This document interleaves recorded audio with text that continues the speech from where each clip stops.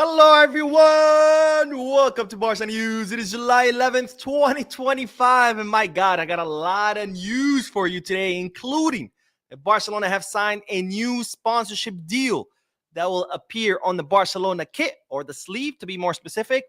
Also, Hansi Flick met with Marc Ter Stegen. We're going to talk about that. And finally, Flick has greenlit the operation to sign Marcus Rashford. We have a lot to discuss, so let's begin.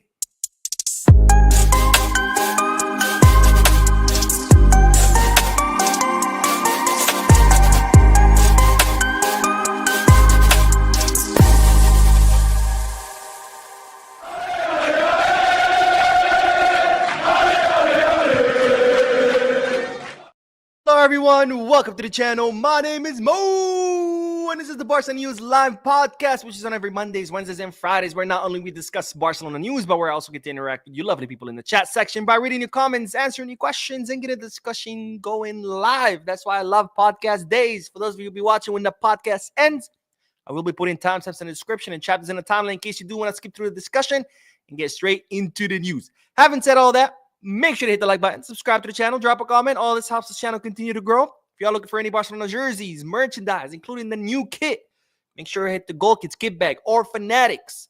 If you are looking to place any sports bets, not just on Barcelona matches, but on all sporting events around the world, boxing, UFC, you name it, make sure you hit the Bet Us. All the links are in the description. You click on them, you get access to some pretty cool deals and offers, courtesy of Barca News. All right, let's begin with the news because, ladies and gentlemen, this podcast is full of news. And as always, the first segment of news is comprised of multiple bits of news, starting with Roony Barghji, because guess who has arrived in Barcelona? Let me share my screen with you.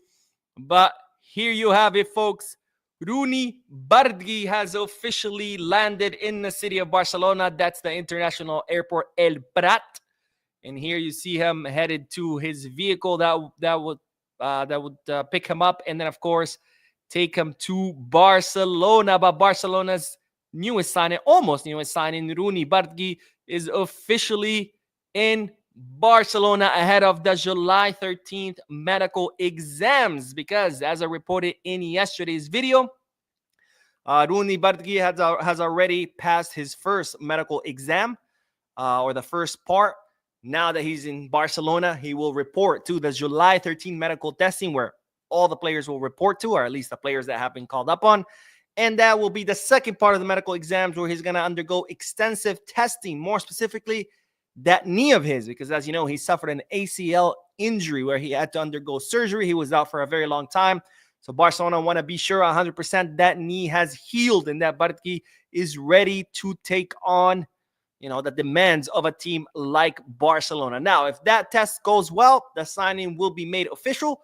Barcelona are going to pay something around 2.5 million euros to FC Copenhagen, and Roony Barghji will officially report to the preseason with Hansi Flick. He's expected to travel to Asia to participate in a preseason tour again, and then it depends on how the preseason goes.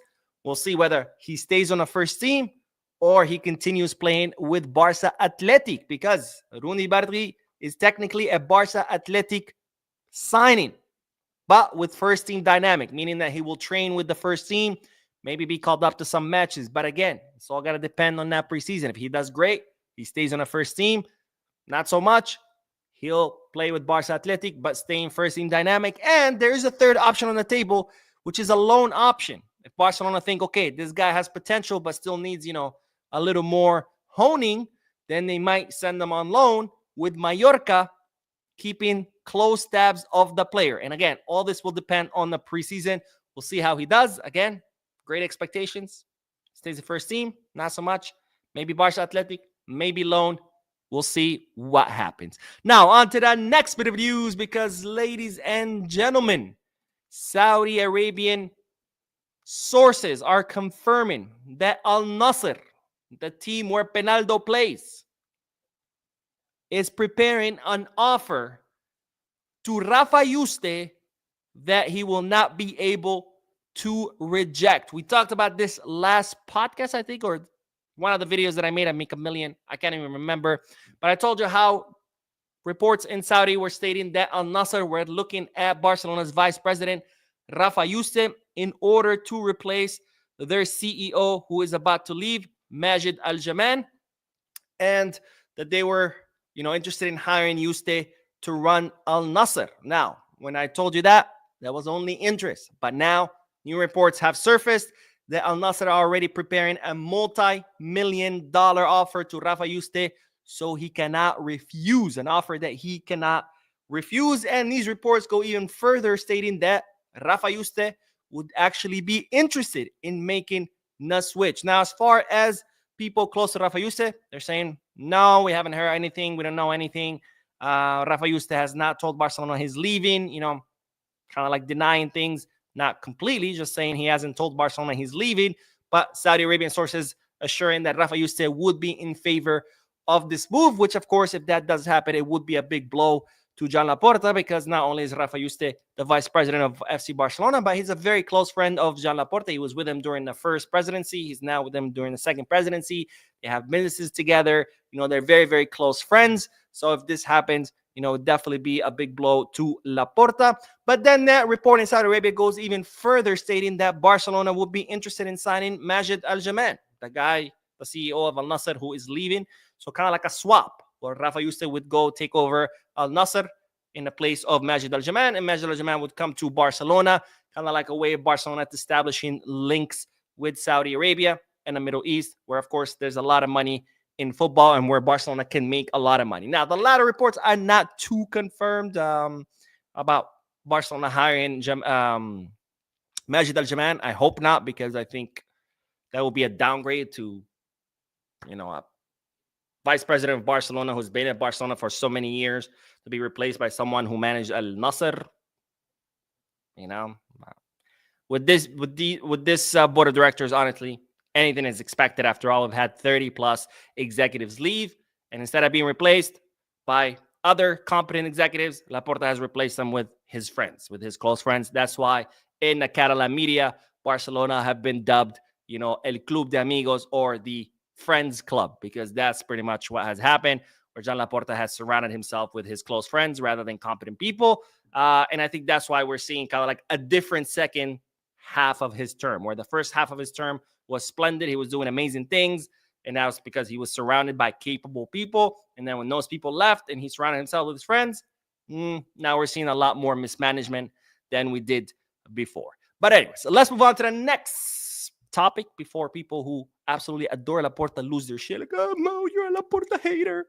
But let's talk about something good that the club has done, that Laporta has done in his board of directors, because Barcelona are set to sign a new sponsorship that will appear on the kit's sleeve. We know one sleeve already has is it Panasonic, whatever the hell they make.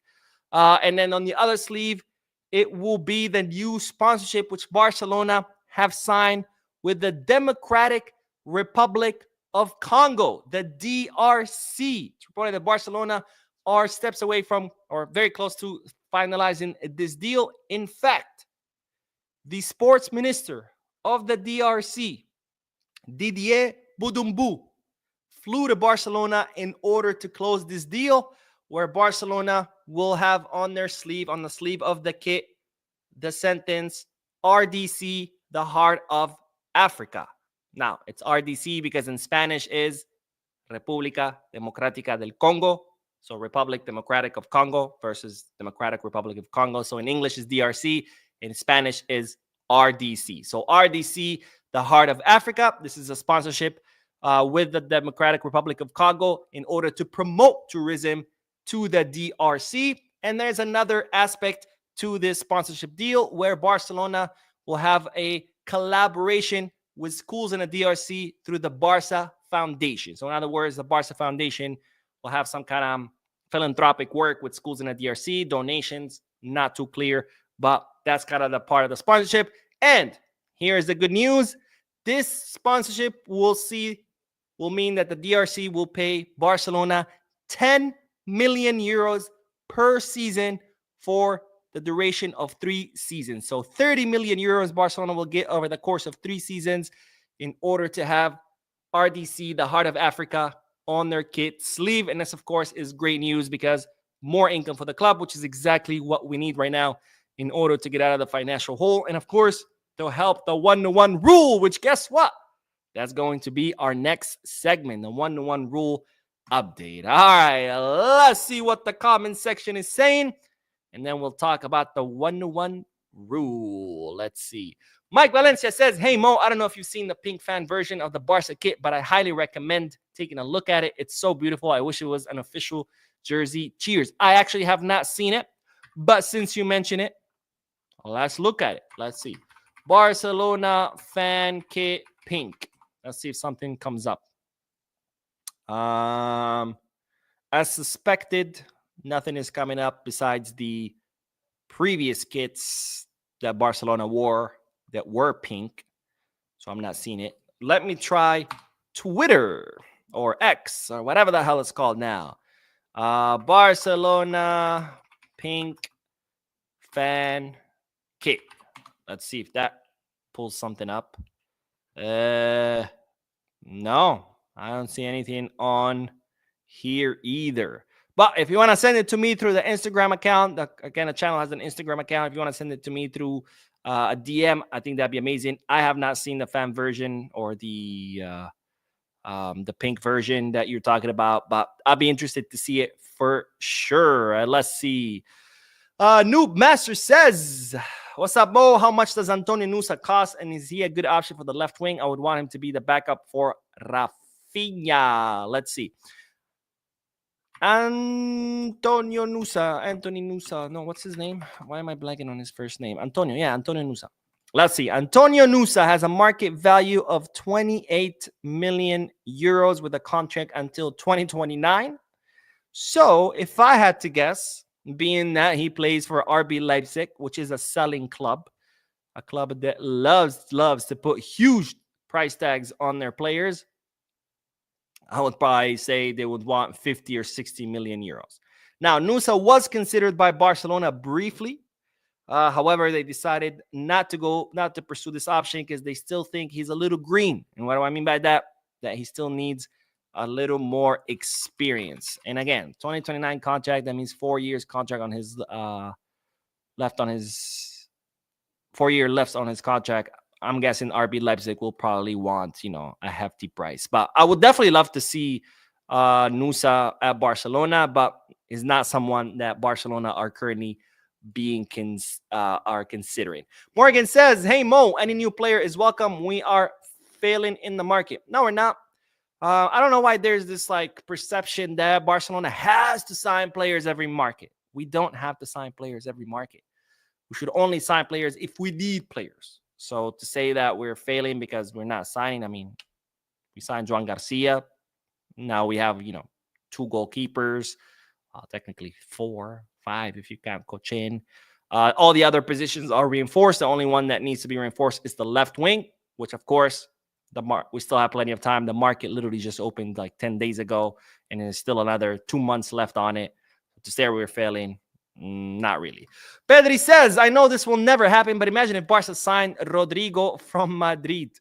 I mean, they tried to sign him, right? But eventually Madrid made him a better offer. He ended up going there. But yeah, that's not something that's going to happen. Not a funny guy says, Mo, is it true that Barca are planning to get Rashford on loan and possibly get a wing back? I'll talk about that in a little bit. I don't want to get ahead of myself. And Imad says, hello, Mo. I was patiently waiting to hear from you with regards to Rashford. Thanks for the update. Of course. Thank you for watching, my friend. Thank you for watching. And Clement says, Mo, thanks again for the news. Rashford could be the piece Barca needs if he comes with the mentality to win and work hard. Again, I'll be talking about that in a little bit. So I don't want to get ahead of myself. And then if Hansi was able to make Coutinho the GOAT. No, he made Rafinha into Coutinho. Let's go. He can make Rashford into Goatford. I hope so. I hope so, my friend. And Shane with the generous donation says, on the porch with a Modelo, smoke in hand, and my dude Mo on the phone. Got my new home kit yesterday. Let's go. And it's absolutely fire. Got my new flags for the Casa also. Let's get this 2025-26 season started, baby. Visca Barca, my friend. Thank you so much for always joining the live, and thank you always making your generous donation. I'm very happy that you got the home kit. I'm going to wait for the away kit. I want that Kobe kit. I'm not a basketball fan, by the way, whatsoever. But I think it'd be, it's a cool collaboration. I mean, what other teams are doing collaborations with musicians, with the whole El Clasico kits? What other teams are doing collaborations with, I guess PSG have the whole Jordan kit, but, to do it with Kobe, I think it's pretty cool. And plus, since he did pass away, I think it makes it that much more special, honoring a legend that's no longer with us. So I'm definitely be waiting for the away kit, but enjoy that Modelo, my friend. I'm very jealous. Actually, I'm headed to a barbecue after this. The barbecue started at 6. It's 8 p.m. already. But I told my friends, I'm like, hey, sorry, guys, you're going to have to start without me because I have a live to do because there's a lot of news. And speaking of the news, well, let's get back to it because we do have to talk about the 1-1 rule. The 1-1 rule, because there is an update in regards to when Barcelona could achieve the 1-1 rule. I mean, at this point, honestly, it's kind of like when we were talking about Nico Williams, someone commented, said, I'll believe it when I see it. At this point, I'll believe it when I see it. But nonetheless, this is the new news. New news is that Barcelona expect to achieve the 1-1 rule at the beginning of August, early August, maybe the first week, somewhere around there. Now, why August? Well, as you know, there's a big obstacle in the way of Barcelona achieving the 1-1 rule, which is, of course, that VIP seat deal, which I know I sound like a broken record. You're probably sick and tired of me hearing me talk about the seats. But as you know, end of December, Barcelona sold the rights to some VIP seats at the Camp Nou in order to fix another fuck up that they did with Daniel Mo and Pau Victor. In exchange for 100 million euros. Barcelona submitted that to La Liga. La Liga said, all right, you're good. You're under the 1-1. But then Barcelona hired a consultant or an auditor called Crow. And Crow did audits of Barcelona's finances and said, hold on a minute. You can't count this 100 million euros because it's for VIP seats that they are not built. So Barcelona submitted that report to La Liga. La Liga said, okay, well, if you can't count the 100 million, no longer 1-1 rule, right? Barcelona contacted Limac, the company that's building the Spotify Camp Nou or remodeling the Spotify Camp Nou, and said, hey, we need these seats and we need them ASAP.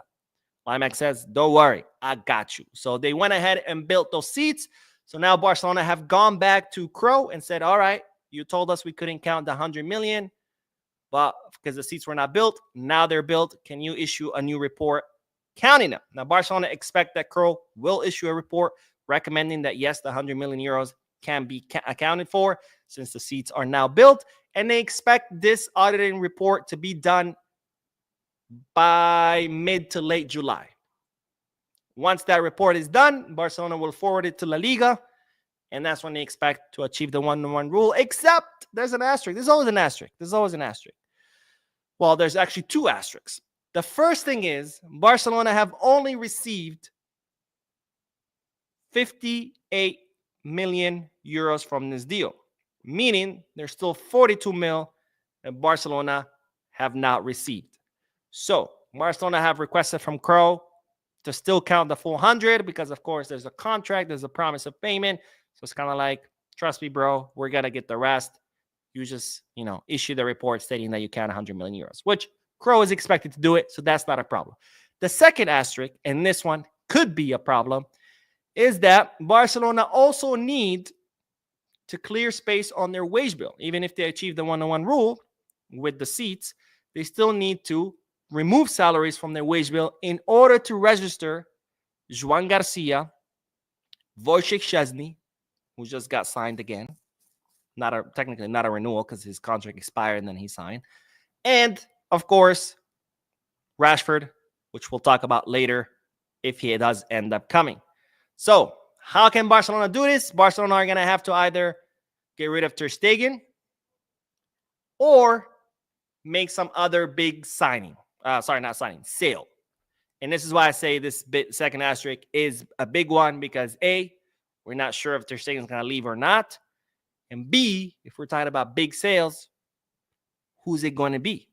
Right now, everybody is like, no, I'm staying. Every player that Barcelona have thought about selling that could actually bring a big amount of money has said no. The only players who are willing to leave are like players like Pablo Torre, like Pau Victor, which their transfers don't really make that big of a difference because their salaries are very small. So this is why I said there's a big asterisk. But Barcelona reportedly confident that Crow will issue that report. They'll be able to count 100 million, and they're confident they're going to be able to clear enough space on their wage bill. And I hope that their confidence is based on reality and not just hopes and dreams, because if not, we could have another Daniel Pau Victor situation on our hands where we could start the season with Joan Garcia not registered. But no, Mo, you're just a Laporta hater. He's the best president in history. He's doing an amazing job. So amazing. So we'll see what happens. I really hope that we do finally achieve this 1-1 because we've been hearing about it for a million years. I'm tired of talking about it. I sound like a broken record. We'll see. Anyways, let's get back to the chat section, and then we are going to talk about Ter Stegen because he did meet with Hansi Flick today, and we're going to talk about what happened during that meeting. Let's see. Blah, blah, blah, blah. Where did we leave off? I think this is where. Empire Studio says, Mo, thank you for your timely update on Barca news. What is the latest update on Barca reaching 1-1? Oh, well, we just talked about it. Perfect. Justice Boyo, what's up, man? It says, hello, Mo. How are you doing? I'm Justice Boyo from the Gambia. I'm always awake to watch the latest Barcelona news on your channel, and I hope you become one of the Barcelona staffs. Peace, Barca. Well, thank you, my friend, for staying up late to watch the channel. And yeah, that would be amazing if I worked for Barca. I don't know what capacity I could. Maybe legal counsel for Barcelona. But their attorneys seem to be doing a really good job. So maybe they don't need more attorneys. Slurk says, why can't Barca sell a small amount of equity like Bayern did? This way we can remove most of our debts because Barcelona is a club owned by its members. That's how it was. That's how it's always been. And that's how Laporta wants it to stay. And in that, I do agree. Because that's what makes Barcelona, right? Más que un club. It's the fact that it's owned by its members. Not many clubs around the world are. If we give that away, that's giving our identity away. It's like, not using the Blaugrana colors anymore and wearing all black or all white, whatever. Or scrapping our crest and then, I don't know, doing like a completely different one, like a Real Madrid crest or something. It's part of the club's identity. And the goal is to keep it that way, which I agree. Otherwise, we're just another club. Abdullah says, we know Roony Barghji is a great signing, but we want him to be himself and not show his ego just because he's playing for Barca. He needs to work really hard to earn his spot. We expect much from him. I mean, yeah, I hope so. I don't know why would you assume the ego thing. But, I mean, the guy just arrived. Let's give him some time. Let's see what happens. Mantamante says, Mo, do you think we can beat teams like PSG and Liverpool upcoming season? Liverpool, 100%. I have no doubt. PSG, for me, is a toss-up. It's kind of like a 50-50. Like, if Barcelona played against PSG 4 matches, I feel like Barca would win 2 and PSG would win 2. Because they look pretty scary. But so is Barcelona, right? But Liverpool, 100%. I have no doubts. Alex Gonzalez says, hey, Mo, what if Barca got Rodrigo, hit Madrid with the Figo? No, they already have an agreement, kind of like a gentleman's agreement that Barcelona would not go after Madrid players and vice versa. Of course, these are players who are current players, not like, oh, this guy used to play for Madrid, now he's another team, and now Barcelona signed him. Or a player that belongs to another club, and the two of them go after him, and, no, it's like, Barcelona cannot sign players who are currently at Madrid, from Madrid, and Madrid cannot sign players from Barcelona who are currently at Barcelona. Barca Soldier says, Mo, is there any update on Barca lawsuit against Tebas for what he did with a Nico transfer? Nothing. Barcelona haven't done anything and not doing anything now. They didn't do it back in, February or March? But I guess Laporta just likes to complain about it. But when he has a chance to actually do something about it, greatest president in the history, Mo. St. Kelly says, hi, Mo, what's up? Have you checked about Antonio Nusa? He have 28 million euro market value. Again, Nusa's not being considered by the club. I think he will be a great option, but Barcelona are not considering him. Rodrigo says, Mo, what's up, bro? I'm watching from Columbus, Nebraska. Let's go. Keep up the work with updates, bro. Thank you, Vizca Barca. Vizca Barca, my friend, thank you for watching all the way from Nebraska. And now let's get back to the news because we do have to talk about Marc Ter Stegen. Because as I promised in yesterday's video, today Flick met with the German goalkeeper in order to discuss his future. Now, Flick has officially finished his vacation. He's back in Barcelona. He was at the Ciudad Esportiva today. Ter Stegen, he also cut his vacation short, and he came back yesterday, where he trained yesterday at the Ciudad Esportiva. And well, today the two of them coincided at the Ciudad Esportiva, where Flick met with Ter Stegen, and where Flick told Ter Stegen, look, man, but you're not going to be the starter. The starter will be Joan Garcia, because after all, that's who the club have signed. That's what the plan is. Joan Garcia will be the starter. Wojciech Szczesny will be his sub. So most likely you're not going to be, most likely you're not going to be the starter.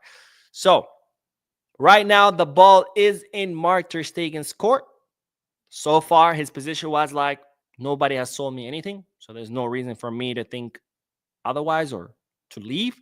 But now that's no longer the case. Flick has now made it clear to him that he will not be the starter. So now Ter Stegen will have to decide, do I stay and fight for that spot, or do I go somewhere else where I know I'm going to get guaranteed minutes? Because right around the corner is, of course, the 2026 World Cup. Now, it's reported that Barcelona are not going to look to push Ter Stegen away. They're not going to look to throw him off the street. Nothing like that, because, of course, after all, Barcelona respect Ter Stegen. He's been at the club for 11 years. He's won everything there is to win at the club level with them. They consider him a Barcelona legend, so they're not looking to push him out the way. They're hoping that it's all going to end amicably, and that Ter Stegen will leave on his own accord once he sees that he's not getting any minutes. And, of course, he needs minutes in order to start for Germany in the World Cup. So now ball is in Ter Stegen's court. We'll see how the German goalkeeper reacts to this. But, of course, the news is Flick has already communicated this to Ter Stegen. Now, Flick is, like I said, he is back in the Ciudad Esportiva, but not only to discuss things with Ter Stegen, Flick is already working on other things. For example, the club want to know, is Araujo untouchable for him? Because if he's not, Barcelona could consider offloading him. Of course, assuming the player would agree, which right now Araujo is making it very clear, I'm staying at the club. Another thing, the club want to know, what does Flick think about Christensen? Is he absolutely necessary, or can Barcelona offload him? Because remember, Barcelona need to make a big sale in order to clear space on their wage bill to register Joan Garcia and whoever comes for the left wing, which could be Rashford, which we'll talk about in a little bit. Also, the midfield. The club want to talk to Flick about the midfield. There's a currently overbooking of the midfield. Does Flick want to keep everybody? Is he willing to give up someone? If so, who? Right? I doubt that Flick is going to want to get rid of anybody in the midfield, because so far for Flick, everybody who's there right now is absolutely untouchable. That includes Casado, Frankie, Pedri, Fermin, Gabi, and of course Bernal, who should be recovered pretty soon. Also, Barcelona want to know, who will Flick take to the Asia tour from the academy? We know he has called up a lot of players to the preseason. Pedro Hernandez, Juan Fernandez, the Fernandez cousins, Guy Antoni, Jofre Torrens, Ibrahim Diarra, Landry Farré. He has called up a lot of players to the preseason, but not all of them going to travel to the Asia tour. So that's another thing that Hansi Flick will have to work on to decide which out of these players go to the Asia tour. And finally, of course, Flick has already started working on next season's tactics. Polish up everything that Barcelona did great. Polish it up, make it even greater. And anything like Barcelona did not do well, like defense, work on improving that so the team can continue improving season after season. And of course, as Flick continues his meeting with the clubs, with the players, I will be here to report all about it. So if you haven't subscribed, make sure you do. Otherwise, you could miss out on some important news. And now let's get back to the chat section because it's time. It's time to see what you guys are saying. And afterwards, we're going to talk about Marcus Rashford. The Real Football 11 says Lionel Messi left where they couldn't register him. What's so special with Ter Stegen? Ter Stegen is registered. I don't know what do you mean by that. And Shin says, if we're able to play the Gamper match at home and we're able to play our first home match at Camp Nou, will we be able to play the entire season at home, including Champions League? If you cover this, I apologize.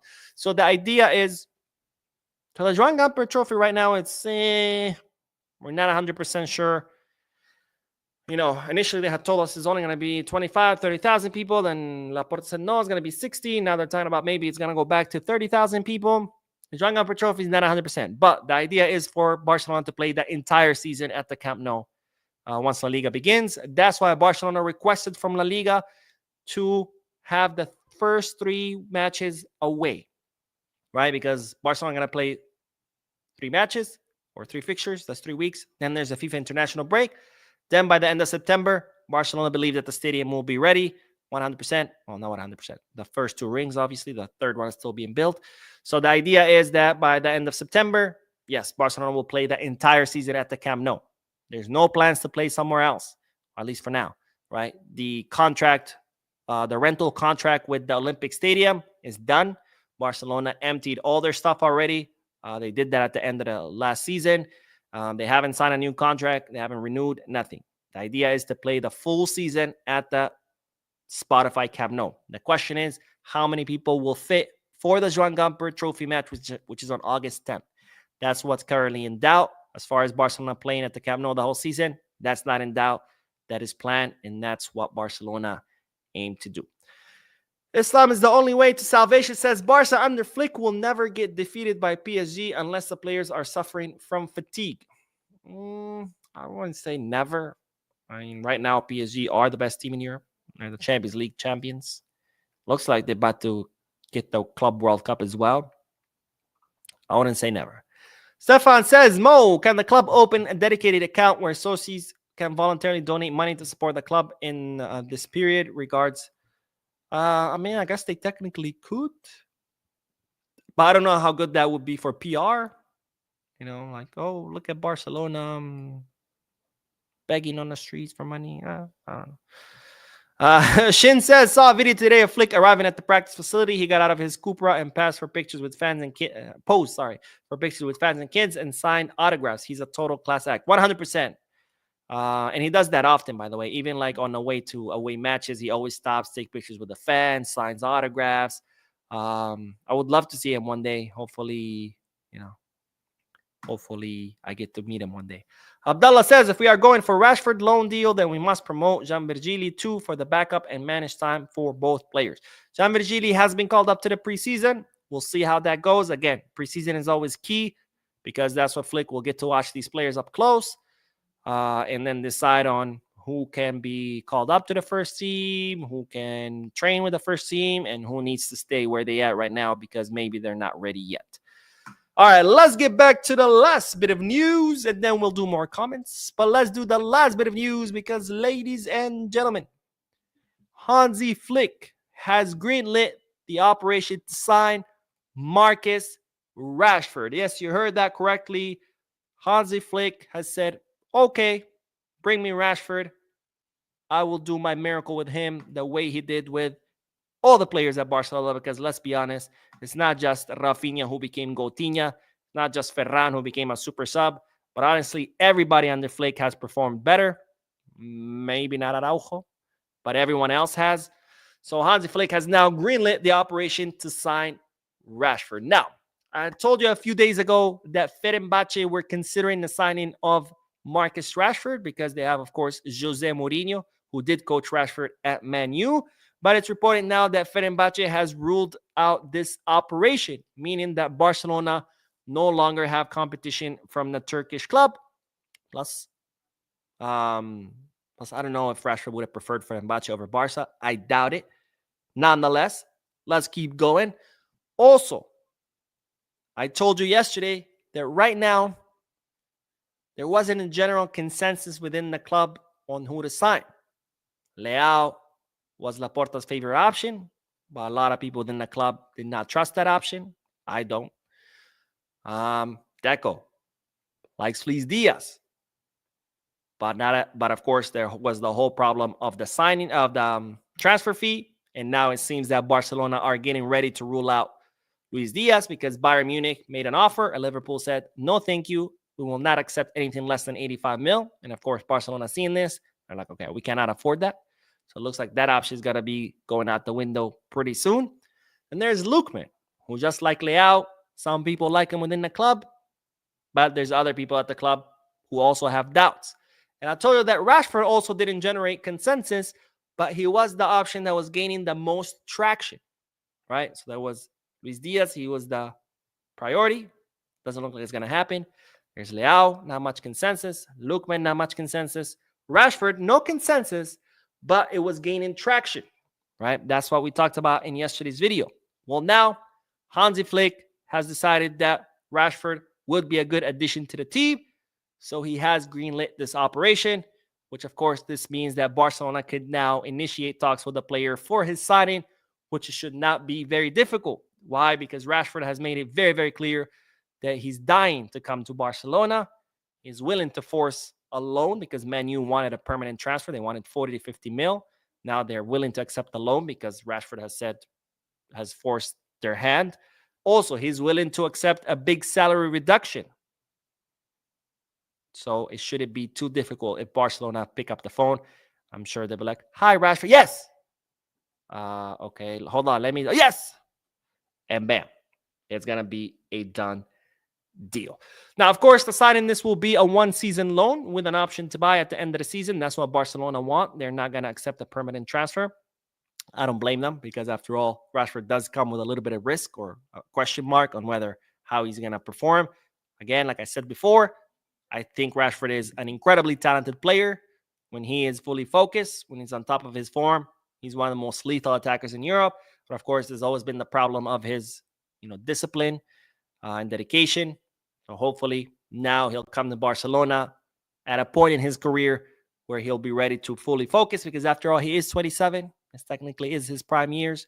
And this is probably his final shot at redemption, right? Because if Rashford comes to Barcelona and he does not perform, I don't think there's going to be any other European clubs who are going to say, oh, yeah, let's try Rashford.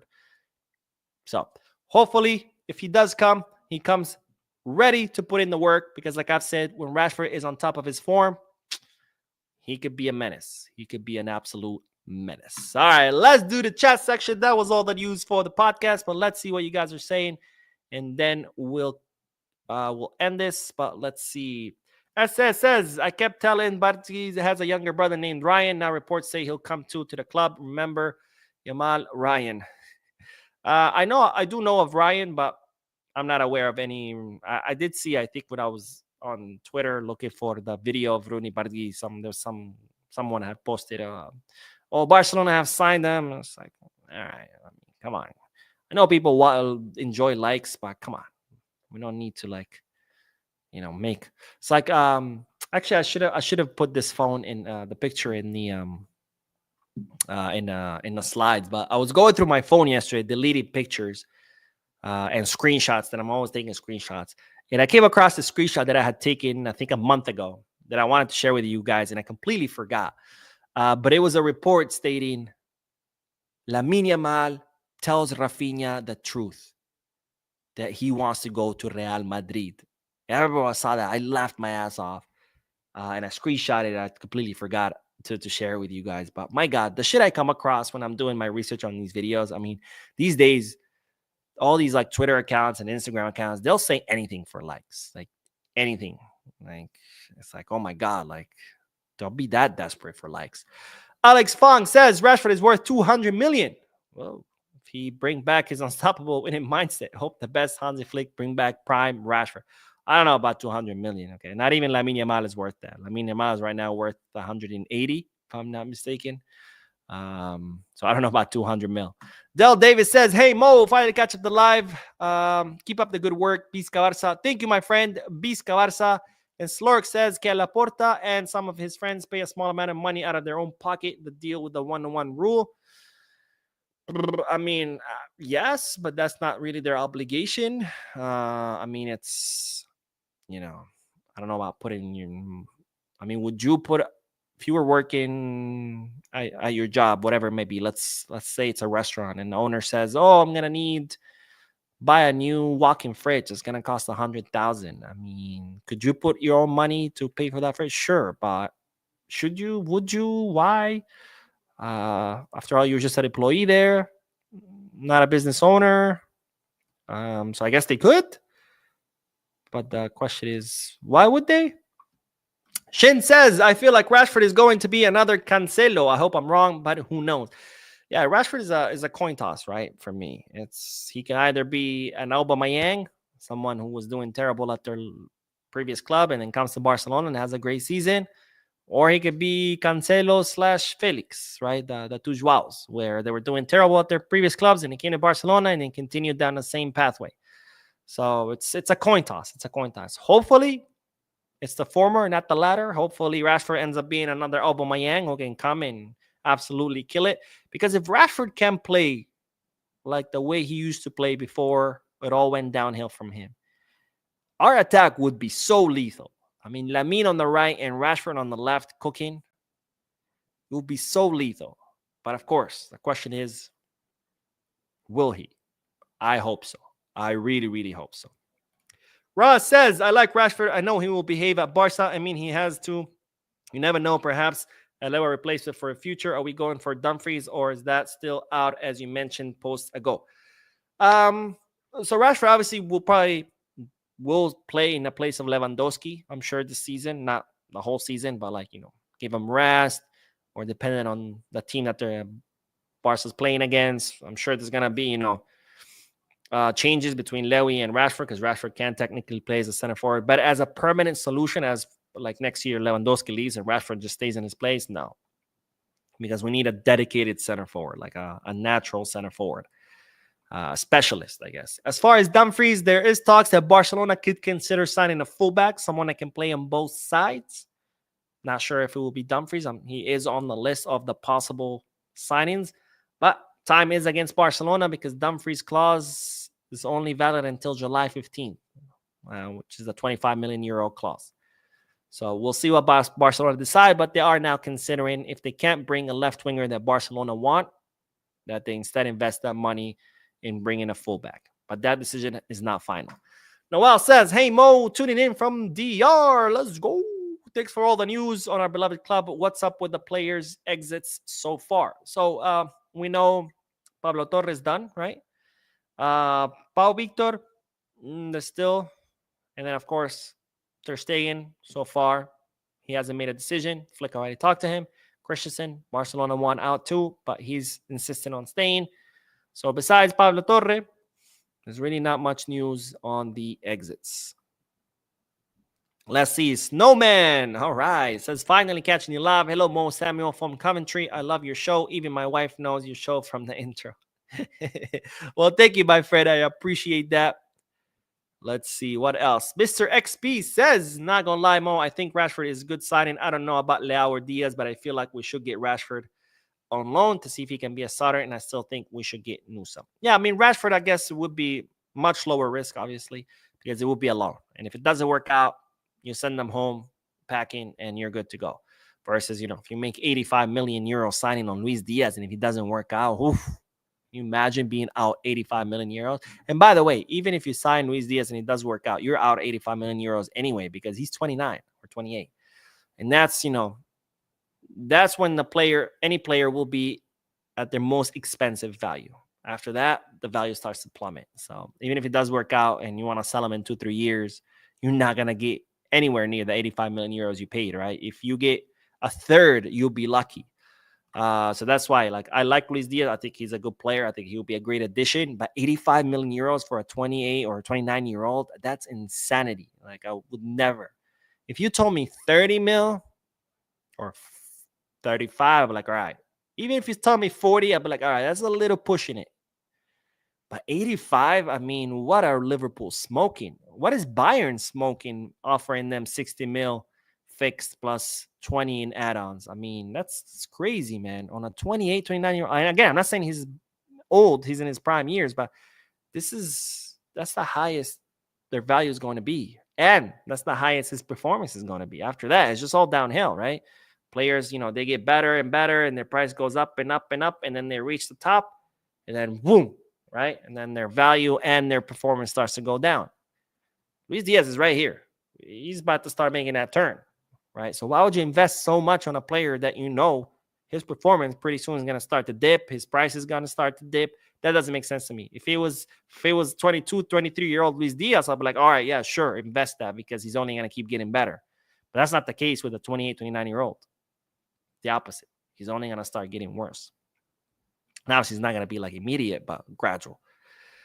Because unfortunately, age catches up with all of us, my friends. Catches up with all of us. Let's see. Judith says, yes, of course, we need Nusa ASAP. And Marcus says, Mo, I think Barca is going to be better than last season. A scary squad. Very. Yeah, 100%. I think this team is only going to keep getting better. Because remember, we have a lot of young players. And as the time goes by, these players are going to get better, right? They're going to get more experience. In the case of players like Lamine and Kouarsi, who are still developing, physically speaking, they're going to get stronger. They're going to get faster. And all these players are going to get better individually. They're also going to get better playing with each other because the more time you spend playing with someone, the better chemistry you develop. Flick is going to get better because he's going to learn from his mistakes. He's going to learn the opposite teams because remember, it was his first time coaching La Liga last season. So he didn't know how any of these teams play. Maybe Real Madrid. Did he ever face Real Madrid at Bayern? I don't remember, but whatever. Maybe Atletico Madrid if Bayern never faced them. I don't remember. But besides that, all the other teams, it's like he had no idea who they were. So Flick is going to keep getting better. The players are going to keep getting better. And it's only going to keep getting better because the first year of any project is usually the worst year because, everybody's learning.